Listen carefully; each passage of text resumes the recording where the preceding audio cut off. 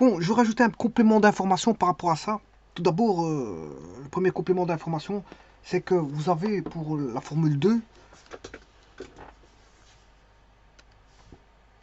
vous avez la formule numéro 1. La 2, c'est voilà, on va mettre la formule 1, elle est en rouge. Formule bleue en noir. Formule 2 en noir. Et formule 3 en bleu. Bon, je vais regarder celle en bleu, je vais en rajouter une. Je vais rajouter une formule. Alors, bon, bien sûr, ce sont des expressions, on va dire, irrationnelles, hein.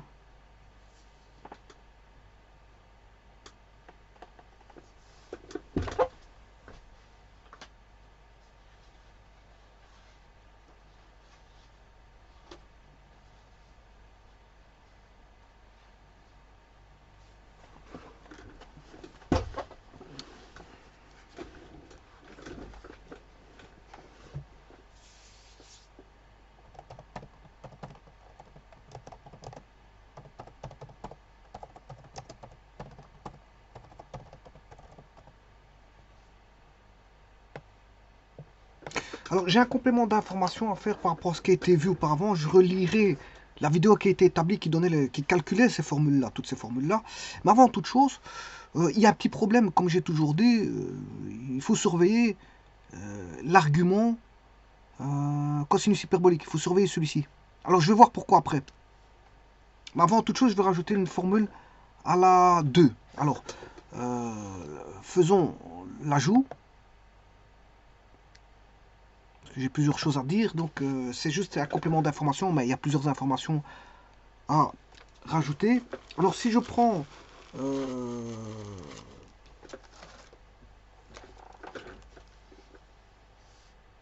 la 2, c'est-à-dire racine carrée de a carré moins x carré.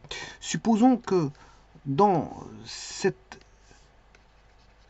primitive, a vaut 1. Donc a carré vaut 1, on a ceci. Alors je rappelle qu'on a... je vais même le faire pour a carré, hein, comme ça bon, on sera complet. L'arcsinus, ça donnait arcsinus. Hein. Je rappelle que ça donnait arcsinus, x sur a, ou un arcosinus décalé, avec, bon, on a un moins. On a un moins. Arcosinus, c'est équivalent à une constante près à arcsinus. On verra par après. Donc ça donne arcsinus de x sur a, alors que l'arcsinus, le sinus de z, est égal au côté opposé sur l'hypoténuse. Ça veut dire que celui-ci, il vaut a carré moins x carré. Donc, je peux trouver l'arc tangente, puisque la tangente de z vaudra côté opposé sur côté adjacent. Donc, vous avez compris que je peux mettre arc tangente de x sur racine carrée de a carré moins x carré. Voilà, on peut plus à une constante près. Donc, je peux rajouter ça, comme ça, j'aurai le sinus, j'ai le cosinus, et j'aurai l'arc tangente. Le tout, c'est que je fasse un serrage. On va resserrer ceci.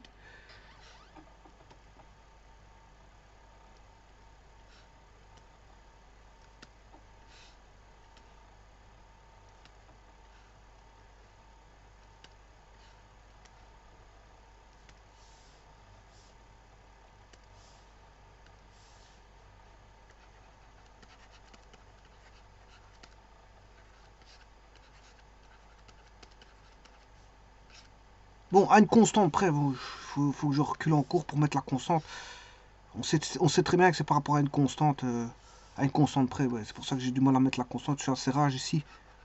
Bon, c'est pas grave, j'ai réussi à le mettre. Mais il est à serrage. Alors, ce que je peux faire, c'est reculer aussi. Comme ceci.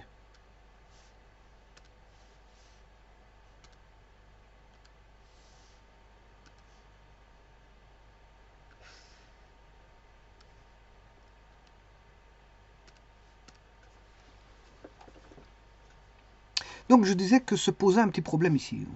Alors, avant tout de voir le problème, qui est en rapport avec l'arc cosinus, Voyons voir d'abord les domaines. Bon, alors, si vous mettez a carré plus x carré, il n'y a pas de problème. Puisque c'est tout des nombres positifs. Puisque on a un carré plus un carré, ça fait un nombre positif. Donc, si je prends dx sur racine carrée de a carré plus x carré, ben, le domaine x appartenant à R. Maintenant, si je prends le suivant,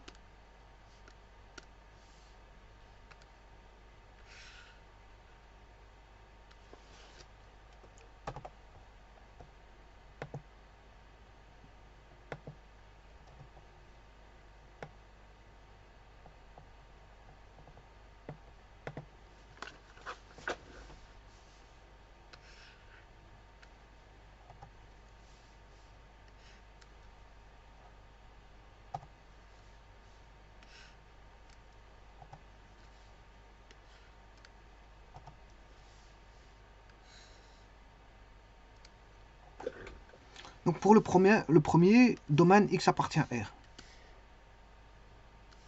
Le second,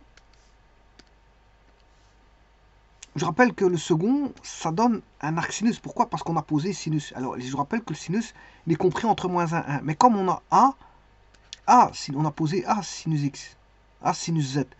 Donc, le A doit être compris entre moins A dans l'intervalle moins A. Alors, moins A non compris. Hein. Voilà. Et donc, effectivement, c'est vrai, si vous regardez a carré moins x carré, quand est-ce que a carré moins x carré est positif? Je vous rappelle que c'est une parabole qui fait comme ceci.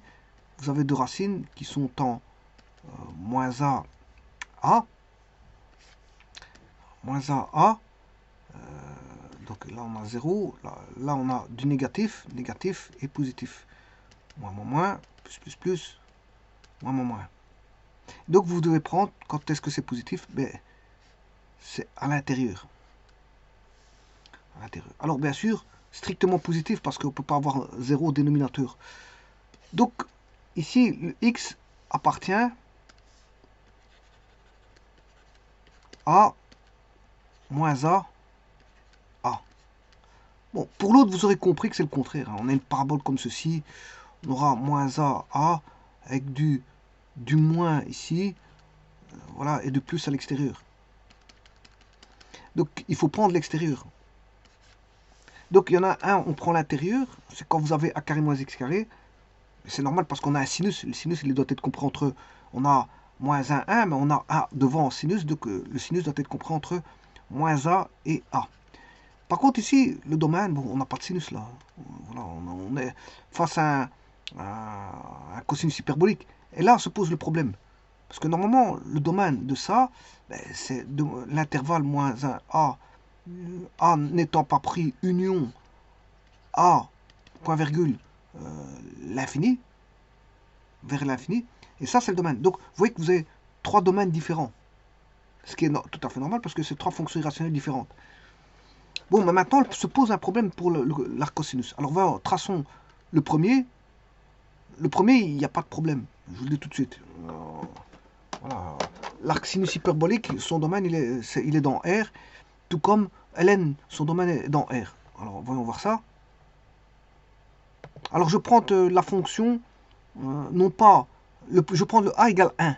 A égale 1. Donc, en d'autres termes, ici, je vais prendre pour, si vous voulez, pour... le premier, ce sera dx sur 1 plus x carré, racine carrée de 1 plus x carré. Le second, ce sera dx sur 1 racine carrée de 1 moins x carré. Et le troisième, ce sera dx sur racine carrée de x carré moins 1. Parce que je prends a égale 1. Si a égale 1. Alors, faisons le premier. Alors, le premier, ça va vous donner l'arc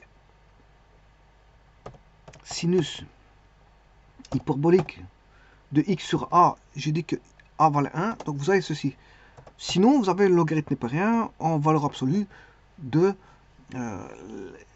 SQRT, donc c'est racine carrée, de 1 plus x carré, parce que j'ai dit que je prenais x égale 1, plus x. Voilà. Vous voyez que là, il n'y a pas de problème. Alors, je peux les décaler, hein. Je vais décaler l'une par rapport à l'autre. Je vais rajouter un curseur que je vais appeler A, ou je vais l'appeler K. Voilà, et je vais faire plus K ici. Alors, vous voyez que c'est la même chose. Hein. C'est la même chose. Bon. Alors maintenant, donc, je disais, pour le premier, il n'y a pas de problème. Le second, il n'y aura pas de problème non plus. C'est juste que l'arc cos sera décalé. Et l'arc tangente vaudra l'arc sinus. L'arc tangente vaut l'arc sinus, il n'y a pas de problème. L'arc tangente vaudra l'arc sinus, c'est pas un problème. Par contre, l'arc cos est décalé. Alors, voyons voir ça. Arc. Bon, je vais retirer les deux autres. Hein. Par après, arc sinus de x sur A. X valant 1. A valant 1, je m'excuse. Vous avez moins l'arc cos avec 2c de x. Vous voyez que c'est juste décalé à une constante près. J'aurais pu mettre plus k, regardez, je vais mettre plus le k. Et je décale le k. Bon, vous voyez que je vais retomber sur celui-là, c'est pas un problème. C'est pas un problème ça. Voilà. Le décalage là, parce que les primitifs c'est une constante près, donc le décalage on s'en fout. Et par contre, oui, je vais encore mettre l'arc tangente. L'arc tangente de x sur SQRT de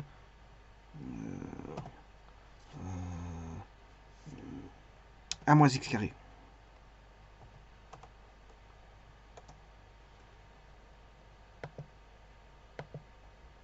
Alors vous voyez que l'arc tangente, c'est l'arc sin. Hein. Ici, l'arc tangente, vous l'arc sin. Il est un sur l'autre. Hein. Alors je peux vous le prouver, regardez, je vais décaler l'arc sinus. Hop. Non, l'arc sinus il est là. C'est pas celui-là en vert, je retouche ça. Voilà, j'ai décalé l'arc sinus. L'arc sinus vaut l'arc tangente. Hein. Voilà, comme ça on est d'accord. Alors maintenant, donc l'intervalle, le domaine, il est compris entre 1 moins 1 ici, parce que le A, j'ai pris A égale 1, donc il est compris entre moins 1, 1. Le domaine, il est compris entre moins 1, 1. Voilà. Alors que l'autre, au-dessus, le domaine, c'était R. Je vais vous le montrer. Vous avez bien vu ici, si je prends ces deux-ci, le domaine, c'est R. Hein. Par contre, voilà, les trois autres, celles qui ont bleu, mauve et orange, domaine est compris entre moins 1, 1. Par contre, voilà se pose le problème que je vous disais, que c'est pour ça que j'ai encadré l'argument cosinus hyperbolique. Lui, il pose un problème, et je l'ai déjà expliqué plusieurs fois. L'argument cosinus hyperbolique, alors pourquoi arc et pas arc? Arc, c'est plutôt, on va dire, l'arc d'un cercle. C'est l'arc d'un cercle. Ou plutôt, l'arc d'un secteur circulaire. L'arc d'un secteur circulaire. Alors que arc, c'est plutôt un argument. Un argument, c'est plus un arc, non pas d'un secteur circulaire, mais d'un secteur hyperbolique. Un secteur hyperbolique. C'est d'une hyperbole, provenant d'une hyperbole. Donc, et j'ai déjà montré qu'avec l'hyperbole, quand j'avais tracé l'hyperbole, fut un temps quand j'avais tracé l'hyperbole, ben, quand vous mettez en cosinus hyperbolique, ça pose un problème. Ça pose un problème parce que vous n'avez pas l'hyperbole dans les 4 cadrans. Vous avez l'hyperbole dans un cadran. Donc il faut modeler pour avoir les 4 cadrans. C'est-à-dire il faut rajouter des signes. Il faut jouer avec des signes. Voilà. Bon, parce que normalement, voilà, le cosinus hyperbolique, il vous donne l'arc d'un secteur hyperbolique, voilà, dans le premier cadran. Voilà, dans le premier cadran. Maintenant, il faut jouer avec les signes pour avoir dans les autres cadrans.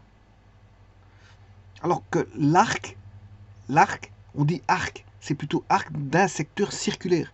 Et l'arc, c'est l'arc qui est l'arc d'un secteur, on va dire, hyperbolique. Voilà. Ça, c'est le complément d'information que je voulais rajouter. Mais ici, vous allez voir que se pose un problème, puisque il faut tenir à l'œil le cosinus hyperbolique. Alors, le domaine, c'est quoi? Je vous l'ai dit, le domaine, il est où? Ben, il est dans A.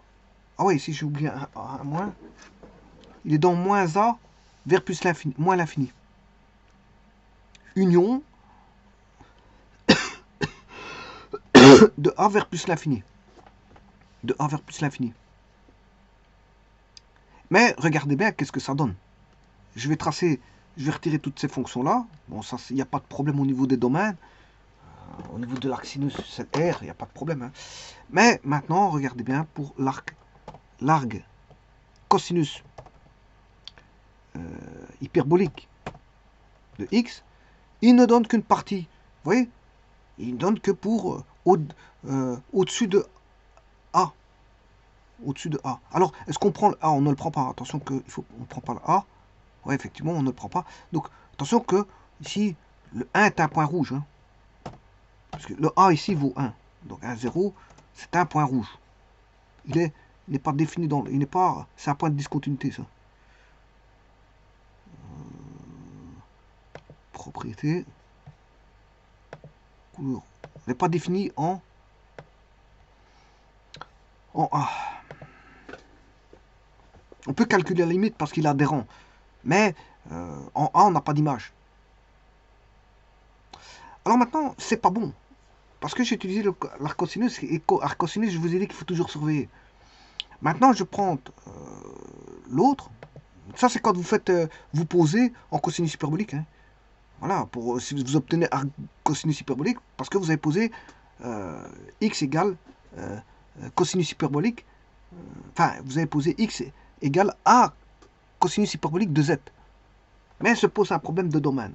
Mais c'est facile à calculer. Quand vous utilisez le cosinus hyperbolique, c'est très simple à calculer. Mais vous n'aurez pas l'autre partie. Donc, c'est vrai que, bon, si vous devez calculer une intégrale de fonction irrationnelle contenant dx sur racine carrée de x carré moins a carré, une comme celle-là, bien, si l'intégrale est... Vous devez l'intégrer, voilà, dans un, on va dire, par exemple, si A vaut 4, j'ai bien dit A, j'ai pas dit A carré, parce que A carré fait 16, si A fait 4, ben, si vous devez l'intégrer de 5 à 12, par exemple, de 5 à 12, mais 5 à 12, c'est au-delà de 4. Donc, ça ne posera pas de problème en arc cosinus hyperbolique. Voilà. Par contre, si on vous dit vous avez A égale 4, voilà, bon, le moins A, il vaut moins 4. Si on vous demande de moins 8 à moins 12, vous ne saurez pas le faire avec l'argument cosinus hyperbolique. Voilà, je peux vous le dire. Parce que l'argument cosinus hyperbolique va vous donner qu'une fonction qui est dans la partie positive et pas la partie négative. Alors là, dans ce cas-là, il faut utiliser le logarithme népérien en résultat qui est x carré moins a carré plus x. Et donc à ce moment-là, effectivement, vous allez avoir bon, c'est ln de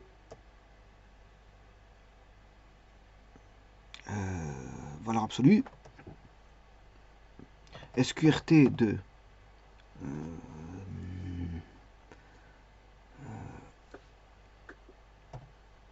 x carré moins 1 plus x. Voilà, là vous avez tout. Vous voyez qu'avec le logarithme apparent, on a au-delà. Alors je vous rappelle que ici 1, 0 et moins 1, 0 n'appartiennent pas au domaine, mais ils sont adhérents au domaine. Donc ce sont des points rouges. Ça n'a pas de discontinuité là. Donc je vais changer ça tout de suite.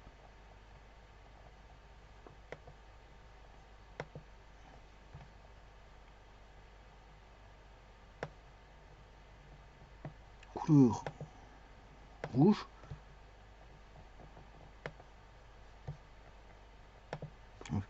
Voilà. Et là, on a tout. On a tout. Alors ça, c'est une belle remarque que je fais parce que, attention à l'intégrale que vous devez faire. Si c'est au-delà de B, vous pouvez utiliser l'arc cosinus. Voilà, donc vous calculez le domaine avant et vous regardez si c'est au-delà de B. Parce que si on vous demande de moins 4 à moins 6 et que vous utilisez l'argument cosinus hyperbolique, vous n'aurez que là-bas. Donc vous ne saurez pas la définir à gauche. Vous ne saurez pas la définir à gauche. Ça, c'est un problème. Parce que si vous devez calculer l'intégrale de moins 4 à moins 9, bon, vous ne saurez pas le faire avec l'arc cosinus. On n'a pas la fonction pour pouvoir introduire une valeur et avoir une sortie de valeur. On n'a rien là-bas à gauche. Que voulez-vous rentrer puisqu'il n'y a rien? On s'est rentré à droite parce qu'à droite, on a quelque chose. On a la fonction. Si je mets, par exemple, 6, si je mets 6, je sais avoir, j'entre une valeur ci, je sais avoir ben, la valeur qui est R de 6. Voilà, j'ai un point là. Pour 6, j'ai un point. Mais pour moins 4, j'ai pas de point, donc je ne saurais pas calculer l'intégrale en moins 4 ni en moins 8 parce qu'il n'y a pas de fonction à gauche. Alors, dans ces cas-là, ben, qu'est-ce que vous faites? Si vous devez calculer l'intégrale à gauche, pour des points à gauche, ben, à ce moment-là, vous utilisez ceci. Et là, on peut avoir, si je veux utiliser de moins 4 à moins 9, la valeur de moins 4, je l'ai. Voilà, en utilisant le ln. Je vais chercher moins 4 moins 4, alors c'est S, j'ai utilisé le logarithme népérien, S de moins 4, j'ai le point. Alors si je veux le S de moins 9, voilà, moins 9, voilà, virgule, S de moins 9. Voilà, là je sais calculer les calculs intégrales pour le ln, pour des valeurs à gauche je sais. Chose que je ne sais pas faire avec le cosinus hyperbolique. Ou plutôt l'argument en cosinus hyperbolique. Ouais, quand je dis cosinus hyperbolique, c'est parce que vous avez posé en cosinus hyperbolique. Vous avez posé en cosinus hyperbolique. Mais le résultat est l'argument cosinus hyperbolique. Voilà, donc ce qui veut dire par là, attention à ce que vous faites quand vous posez, le cosinus hyperbolique. Dites-vous qu'il y a quelque chose qui va se passer. Et c'est toujours comme ça. Voilà. Il ne donne pas toute la fonction. Et donc ça pose un problème. Et quand vous dessinez une hyperbole, c'est pareil. Hein. Vous dessinez avec les paramètres en cosinus hyperbolique. Voilà. Qu'est-ce qui va se passer? Ben, si x égale à cosinus hyperbolique, et y, voilà, vous le paramètre correspondant, eh bien, qu'est-ce qui va se passer? Vous n'allez pas avoir toute l'hyperbole. Vous n'allez pas avoir toute l'hyperbole. Vous allez avoir qu'un quart d'hyperbole, c'est celui qui se trouve, je veux dire... alors, il se peut qu'on ait celui de gauche. Hein. Ouais, on peut avoir celui de gauche, on peut avoir celui du premier cadran, mais il se peut qu'on ait bon, le deuxième cadran qui se dessine. Voilà. Donc, dans tous les cas de figure, on n'aura jamais les 4 cadrans. Donc là, pour ça, pour avoir les 4 cadrans, il faut commencer à jouer avec les signes. Il faut s'amuser à mettre des plus et des moins pour essayer d'avoir, pour faire un chipotage, pour essayer d'avoir les 4 cadrans.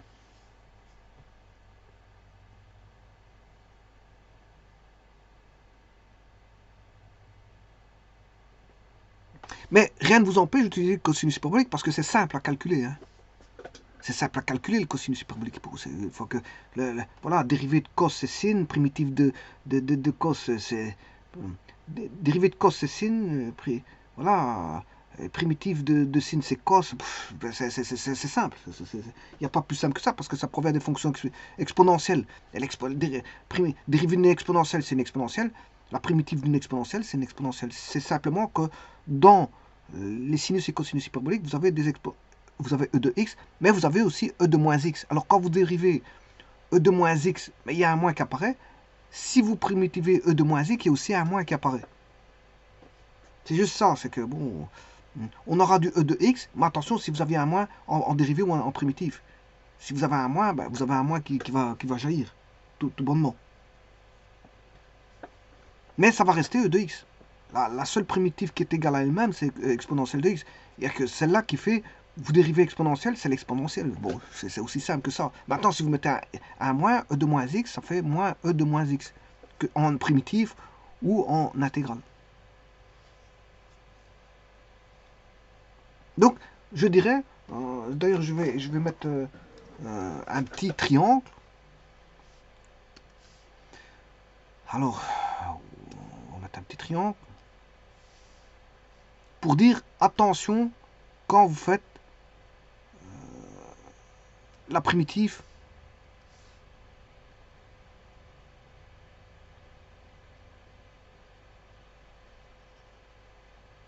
Bon, j'ai mal fait mon triangle, mais enfin bref, je peux le refaire en mieux.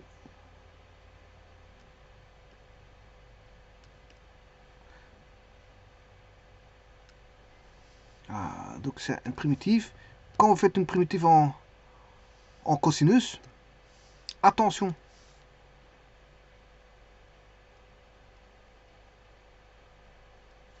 Attention quand vous faites une primitive en cosinus. Ah, un argument cosinus hyperbolique. Quand le résultat est l'argument cosinus hyperbolique, attention. Faut faire attention parce que vous avez qu'une partie du domaine. Mais rien ne vous empêche de la faire si le calcul est simple. Maintenant, en calcul intégral, avec des bornes d'intégration, là, à ce moment-là, méfiez-vous. Si vous êtes dans le bon côté, que la fonction est du bon côté, et que vous avez les bornes du bon côté des cadrans, il n'y a pas de problème. Mais maintenant, si vous avez de l'autre côté, vous recommencez la primitive, vous allez chercher le logarithme népérien. Maintenant, il y a aussi les tables. Hein. Vous allez rechercher la formule directement le logarithme népérien par les tables. Ou, voilà, il y a les tables qui existent. Hein. Bon, il y a la formule, table de formulaire, table de formule. Voilà, vous allez chercher juste la formule en logarithme népérien, ça, c'est pas un problème. Parce que de toute façon, c'est toujours la même chose. Hein. Voilà, c'est toujours la même chose. Donc, à un moment donné, on va rechercher les tables parce que il y a des choses qui se répètent dans les primitives. Hein. À un moment donné, à un moment donné, on se met à calculer. On calcule plus n'importe quoi. Hein.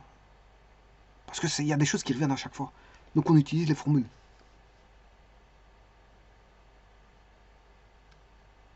On utilise les formules. Donc, de toute façon, vous êtes toujours amené à, on va dire, constituer le domaine de départ. Il faut d'abord constituer le domaine de départ. Qu'est-ce qu'est le domaine avant de calculer quoi que ce soit. Normalement, vous attaquez pas les primitives. Parfois, je le fais, c'est rare. J'attaque directement la primitive. Bon, sans me soucier un petit peu du domaine, mais généralement, la plupart du temps, je calcule le domaine pour savoir ce qui va en être de la primitive, où elle va exister par rapport à la fonction de départ. Hein. Ça, c'est la première chose à faire. Bon, parfois, je le fais par, on va dire, par facilité, parce que j'ai pas envie de le faire. Voilà. Ben, généralement, je le fais tout le temps. Je le fais tout le temps, sauf il y a des rares cas de figure où je me dis, bon, le domaine, c'est pas ça qui est prioritaire par rapport à un gros calcul. Quand vous avez un gros calcul, vous dites, bon, je vais m'atteler d'abord à réfléchir le calcul, et puis à la fin, je ferai le domaine. Bon, parce que je me concentre d'abord sur le cœur du problème, sur le noyau du problème. Le cœur du problème, le noyau du problème, c'est lui qu'il faut se concentrer. Effectivement, il faut chercher le domaine, mais chercher le domaine, ça prend des ressources voilà, mentales.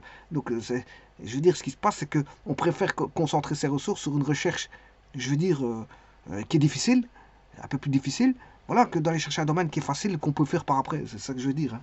Et parfois, bon, quand on a fini notre calcul, on se dit, bon, bah, on n'a pas envie de le calculer, on finit par ne pas avoir envie de calculer son domaine. Bon, mais je pourrais vous dire qu'il faut toujours le faire. Il faut toujours le faire. Mais voilà, il y a des fois, bon, je veux dire, parfois on n'a pas envie de le faire. Hein, voilà, on va dire ça comme ça. On n'a pas envie de le faire, mais c'est très rare que, bon, je ne calcule pas un domaine. La plupart du temps, je fonce sur le domaine, sauf si quand le calcul est difficile et qu'il faut se concentrer sur voilà, quelque chose de difficile. Bon, je me concentre sur la difficulté et non pas sur le domaine, parce que le domaine, je peux le refaire par après, comme je vous l'ai dit. Voilà, je vous remercie.